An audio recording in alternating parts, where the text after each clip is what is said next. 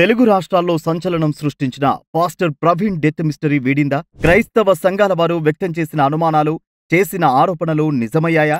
Pastor Praveen మరణం వెనుక నిజంగానే కుట్రకోణం దాగుందా? ప్రవీణ్ పగడాల మరణం వెనుక రాజకీయ ఒత్తిడి ఉందా? పోలీసులు బయటపెట్టిన పాస్టర్ పోస్టుమార్టం రిపోర్ట్లో ఎలాంటి సంచలన నిజాలు దాగున్నాయి? మంచితనంతో సాటి వారికి సాయం చేయడంలో, సమాజానికి ఉపయోగపడే పనులు చేయడంలో పోటీ పడాల్సిన మనుషులు మానవత్వం మరిచి మతం ముసుగులో కొట్టుకుంటున్నారు. విఘ్నత లేని విపరీత జుగుప్సాకరమైన వ్యాఖ్యలు చేస్తూ మత కల్లోలం సృష్టిస్తున్నారు. మనిషి పుట్టినాక పుట్టి ఆ మనిషినే వెనక్కి నెట్టింది మతమని ఓ సినిమా పాటలో చెప్పినట్టే జరుగుతుందిప్పుడు. మా మతం గొప్ప అంటే మా మతం గొప్ప అంటూ మత పెద్దల ముసుగులో మాటల యుద్ధాలు, భౌతిక దాడులకు దిగుతూ సామాన్యులను కూడా బలిపశువుల్ని చేస్తున్నారు.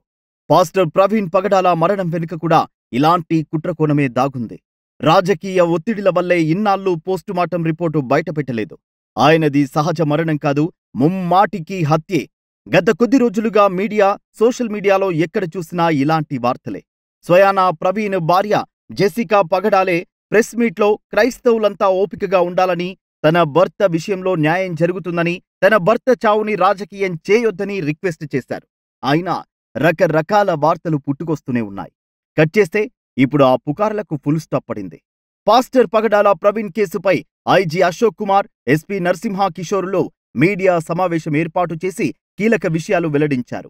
పాస్టర్ ప్రవీణ్ హైదరాబాద్ నుంచి బయలుదేరి రాజమండ్రి వచ్చే వరకు సీసీ ఫుటేజ్ సేకరించామని, ఆయన ఫోన్లో మాట్లాడిన వారందరినీ కూడా విచారించామని, ప్రవీణ్ ఫోన్ పే చేసిన వివరాలు సేకరించామని చెప్పారు. అలాగే ఆయన కుటుంబ సభ్యులను విచారణ చేశామని చెప్పుకొచ్చారు.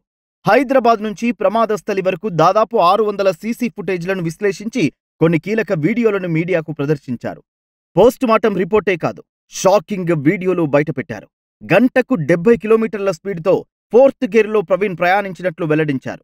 పెట్రోల్ బంకులో పెట్రోల్ కొట్టించుకుంటూ బైక్ హ్యాండిల్ బదులు పెట్రోల్ పంపు పట్టుకోవడం, ఊగుతూ ఉండడం, లగేజీ బ్యాగ్స్ కూడా సరిగా లేక వేలాడుతుండడం, విజయవాడలో కాసేపు నిద్రపోవడం, ఇప్పుడు మీరు ప్రయాణం చేయలేరని, ఏదైనా లాడ్జిలో రెస్ట్ తీసుకోవాలని ట్రాఫిక్ ఎస్ఐతో పాటు అక్కడి వారు వారించినా ఆయన వినకుండా బయలుదేరడం, ఎక్కడా ఎలాంటి ప్రమాదకర పరిస్థితుల్లో డ్రైవ్ చేస్తూ వెళ్లారు అనే వివరాలన్నింటినీ సీసీటీవీ ఫుటేజ్ ద్వారా క్లారిటీగా వివరించారు.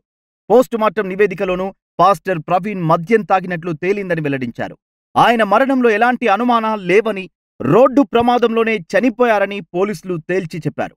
పలుమార్లు మద్యం సేవించడమే గాక వేగంగా బైక్ నడపడం కూడా ప్రమాదానికి కారణమని వెల్లడించారు. ఈ జర్నీలో ఆయన మొత్తం 3 సార్లు మద్యం కొనుగోలు చేశారని అన్నారు.